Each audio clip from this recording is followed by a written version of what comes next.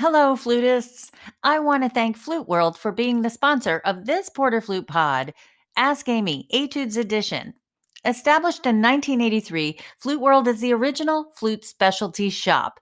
In addition to offering the highest quality instruments and flute accessories, Flute World stocks over 16,000 unique sheet music titles, and they provide superior repair service. Flute World is an all-inclusive resource for flutists of all ages and levels. You can visit one of Flute World's 3 locations in the U.S., Detroit, San Francisco, and Charlotte, or you can shop online at fluteworld.com. They have graciously given us a coupon code, so if you're listening, write down the coupon code PorterFlute to receive an additional 20% off sheet music and Valentino and Altieri brand accessories from now through the end of May. That is so generous. Thank you, Flute World.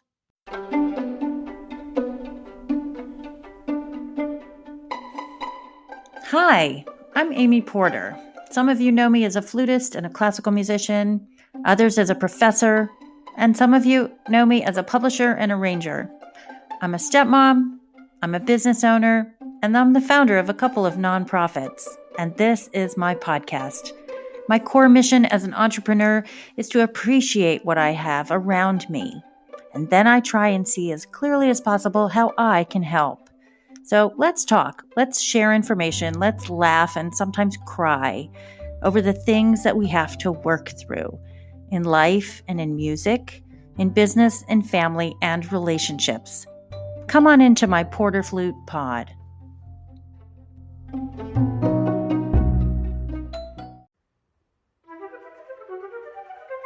Welcome to PorterFlute Pod. It's Season 2, Episode 17, and it's time to Ask Amy in the Études Edition. In this podcast, I'll address those questions from flute students about the most advanced etudes and featuring my recording of the Caprices by Siegfried Karg-Elert. I won't be discussing the intermediate level etudes as I did in Episode 10. With me in the pod, co-producing and steering us in the right direction, are Justine Sedke and Alan J. Tomasetti. Thanks for being in PorterFlute Pod. We're so happy you're here.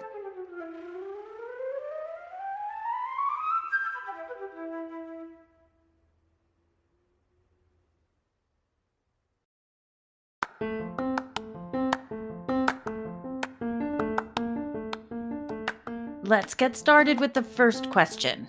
What's the difference between etude as a practice piece and etude as a show piece?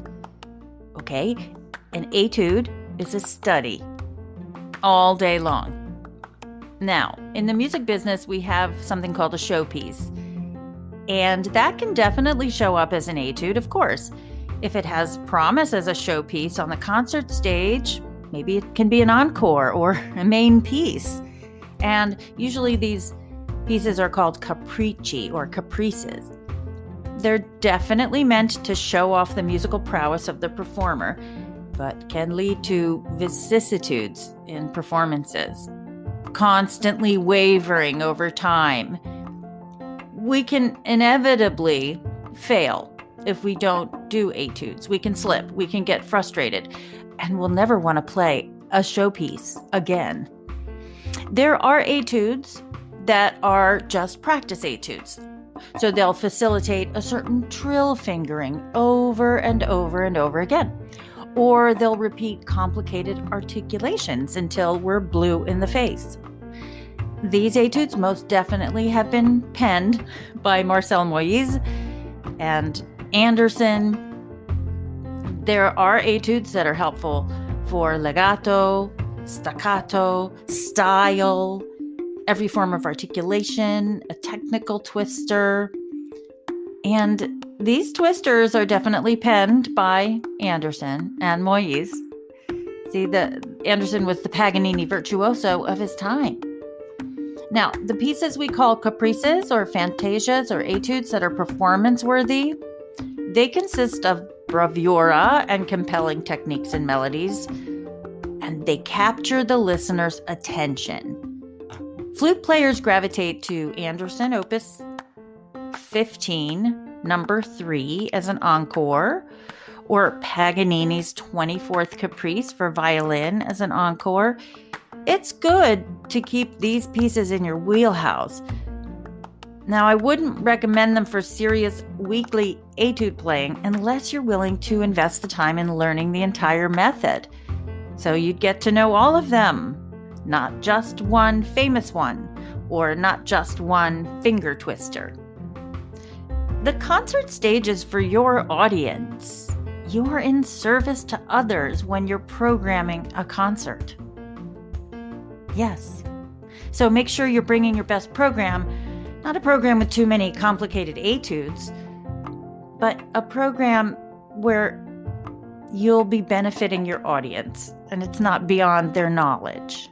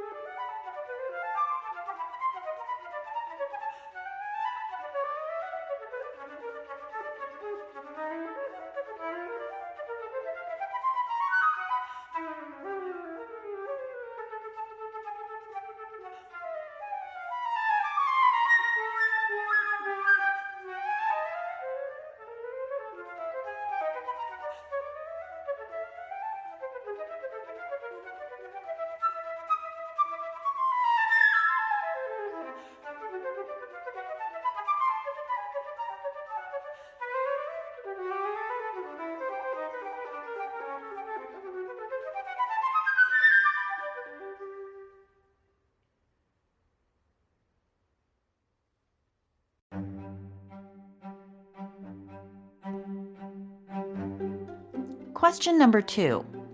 I have a student that is finding etudes to be boring, but is too young to learn some of the showpiece etudes. So how do I help them spark an interest in learning to like their etudes? Well, often dreaming of the outcome is way easier than doing the work it takes. We don't want to produce the outcome, we want to dream about it. People always have excuses for not wanting to take off the training wheels. So one way to assist in your curriculum for the young ones with etudes is the inclusion of etudes right after the scales and before the main repertoire. It's important to learn etudes along with the scales and the themes from the most famous orchestral pieces. They all go together. William Kincaid's Art and Practice of Modern Flute Technique does exactly that. You learn the key signature along with the scales and the patterns and the etudes and the excerpts and sometimes whole pieces. I loved learning in all 4 books when I was young. William Kincaid's Art and Practice of Modern Flute Technique. And back in my Delaware youth, Flute Olympics was a favorite sport of my first flute teacher, Ginny Atherton. So it was how fast could you play all the major and minor scales in the circle of fifths, 2 octaves, and then 2 chromatic scales of your choice, and then 2 whole tone scales, starting on C and C sharp.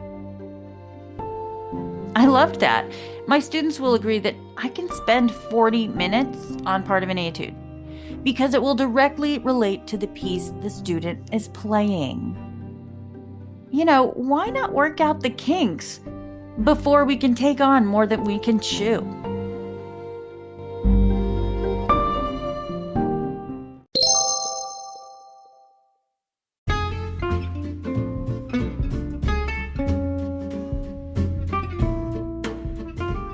Question 3. Where did your love of etudes come from and what inspired you to create your study guides? Well, let's start at the beginning. My disdain of etudes came in high school, after the Kincaid methods stopped being so kind. Kincaid had put out some Anderson etudes, in his book, put them within the curriculum, but I had no idea what was to come in the future of etude books for me.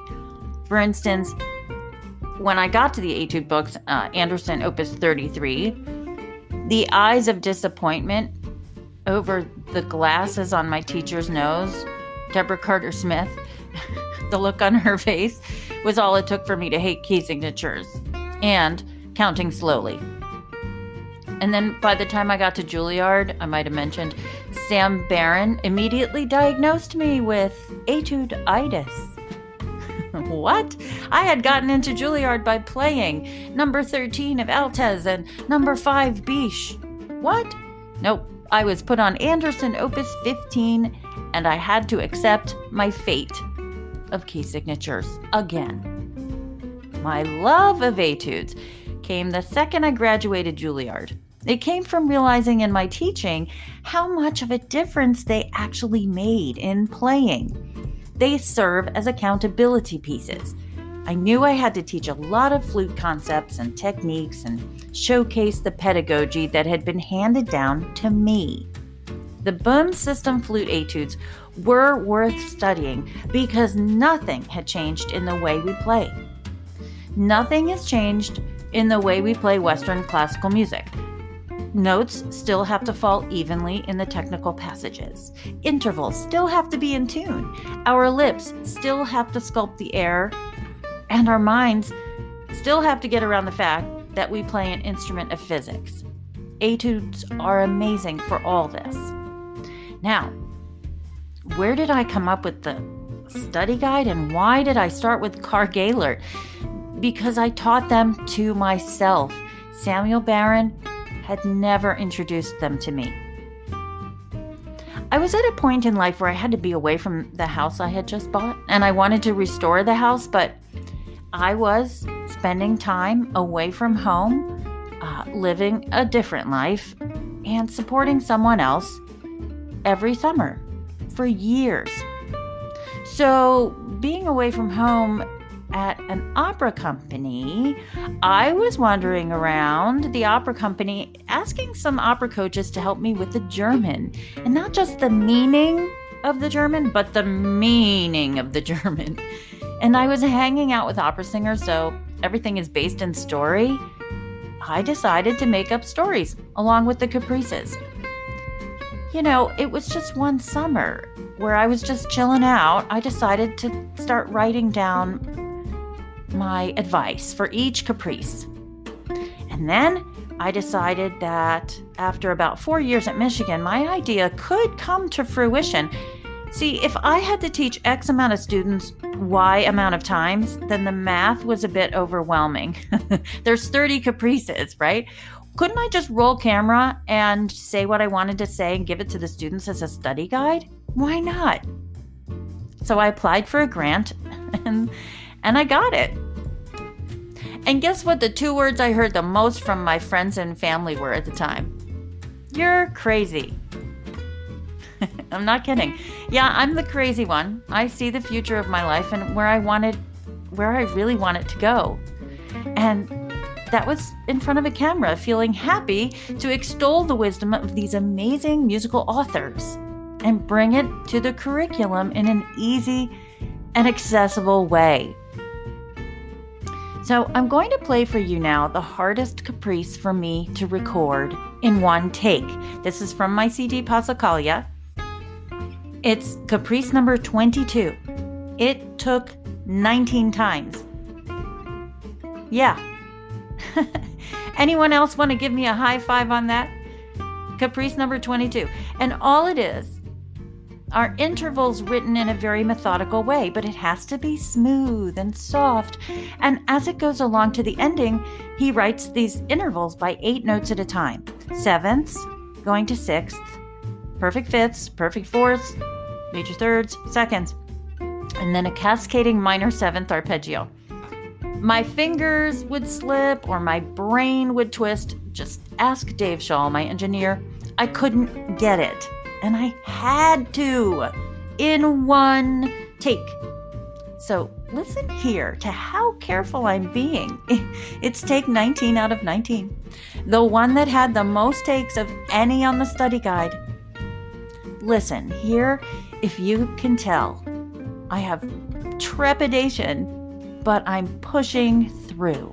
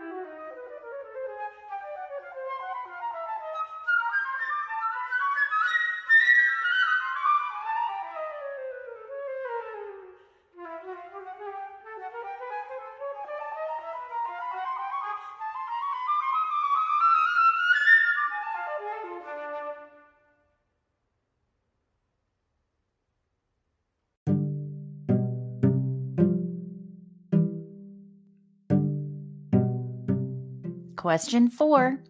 How do you select and determine which etudes are appropriate for the student? Do you have a set order of books, or do you customize the selection? And how do you accommodate those custom needs? Well, I begin with the books that I played in high school, and I ask the student if they've ever played them. Burbagate, Anderson, Altez. Also, if the key signatures are not your best friend, I'll hear it.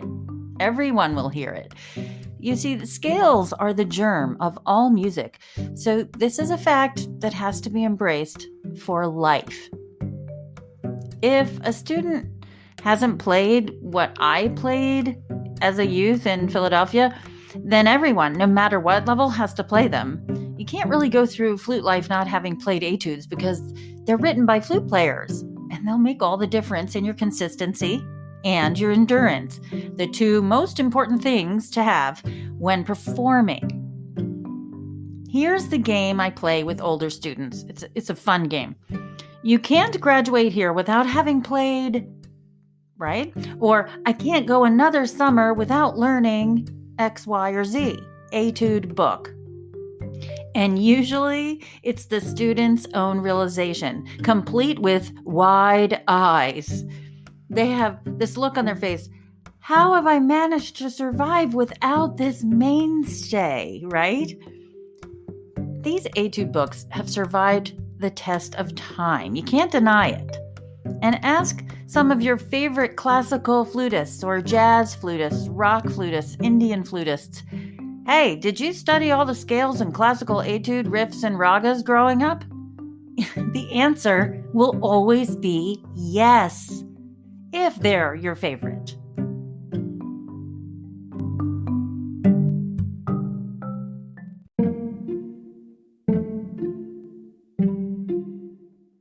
Question 5. This is an interesting question. What are your thoughts on performing etude showpieces in a recital? I'm starting to plan my junior recital, and I want to perform several well-known sonatas, but my teacher asked me to include an etude showpiece, and I'm feeling a little bummed having to include an etude in my recital. I feel like I'm being demoted or something for having an etude in my recital. I thought recitals are all about showing off the flashiest sonatas and concertos that I know, and performing the most well-known works to say that I've made it to a certain level. Wow, what a question. I think this one needs a special ego check at the door. Okay, you see, your teacher is your guide, and your teacher has been there and can actually say, hey, I think this would be a good work to play because it'll add to your palette of repertoire. I've had to turn to some of the shorter showpiece etudes when I needed something to complement the program. And wow, recitals are about the audience. When was the last time you thought about others in your programming? Try listening to your teacher and to your audience and realize they are there with you in the room. It's not your living room practice fantasy here. It's a real degree-driven performance based upon the canon of classical music that includes pieces called studies and etudes and caprices. How would you feel having to listen to someone simply play everything they thought they could play, but it was too difficult? Or they said, Professor, I don't think those pieces are worthy. And then I think you'd get a bit of a reality check when your grade came in. See, insubordination isn't a pleasant trait to have when the world of music is out there for your consumption. Your teacher knows well. Your teacher knows well more than you could ever know as someone 15 to 50 years younger. I'm just saying.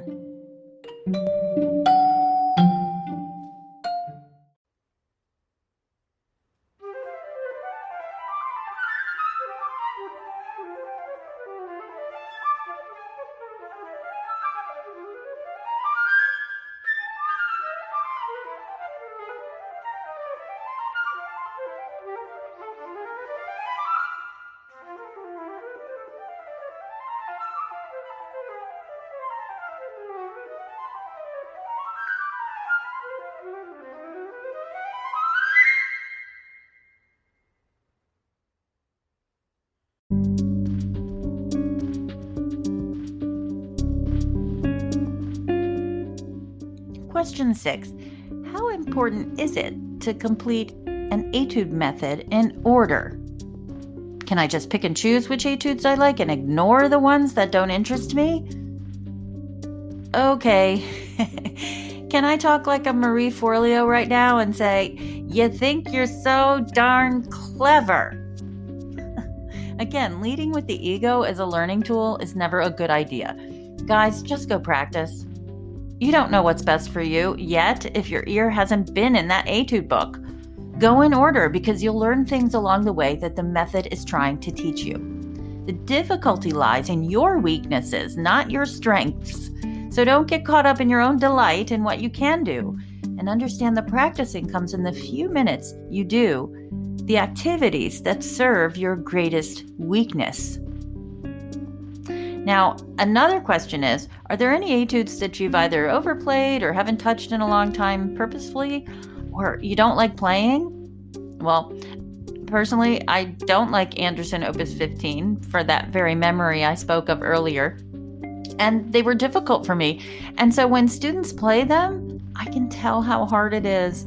And at the same time, I can tell how much more advanced they become from doing Anderson Opus 15.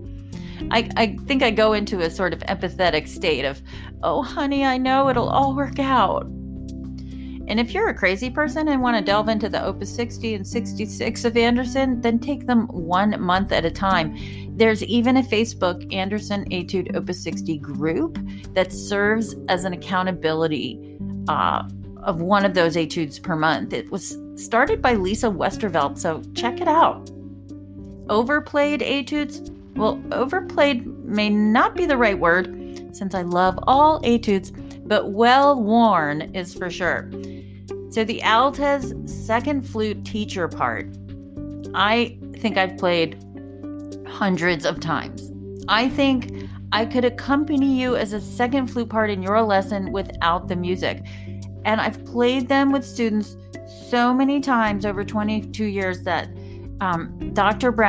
David Brown, my partner at Anatomy of Sound, will sometimes say during an Altez etude, try it memorized, and he'll laugh because sometimes I make it and sometimes I make it up.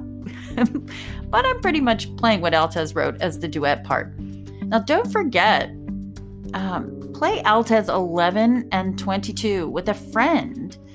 You have both parts written in the Schirmer edition, but didn't you always wonder in the Altez etudes, why are there so many duets in here? And why am I sounding like an accompaniment at times? Because it's meant to be played with your professor. I always say to the student, you get the hard work and I get to pretend like I'm sitting on a beach and play the easy part. The ones I ignore are Mike Mower's finger busters because they make me agitated, scared, and feel inadequate. Jazz to me is so holy. I don't even like entering the world of jazz when it becomes work to me.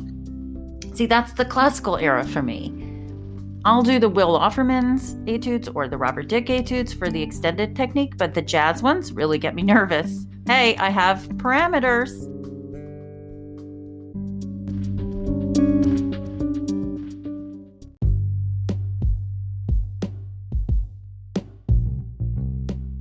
Now for the final question. In your opinion, what are the most underrated, under-recognized etudes in the flute canon, and why do they deserve more attention? Well, I think that bringing etudes from other instruments is very important. That's why I transcribed Cyril Rose's clarinet etudes for the flute. You see, Rose was a colleague of Altez at the Paris Conservatoire. That's also why I did the Bach cello suites. I wanted to bring the cello suite melodies up into treble clef so that the flutes could bring them more attention. Now, the ones that are newly written are also underrated, under-recognized. We have beatboxing, Greg Patillo 3 beats. We have jazz etudes, Sharp Eye, Jose Valentino, Mike Mower. Now wait, didn't I just say I wouldn't play the jazz ones? Okay, maybe I won't play them, but I'll teach them. I'm the teacher, so I guess I'm allowed at my age. to pass, but please know there are more etudes being written. They're in the pipeline and they want your attention. So I'll always bring them into the studio for you to try. And if I can't do them, you can definitely do them.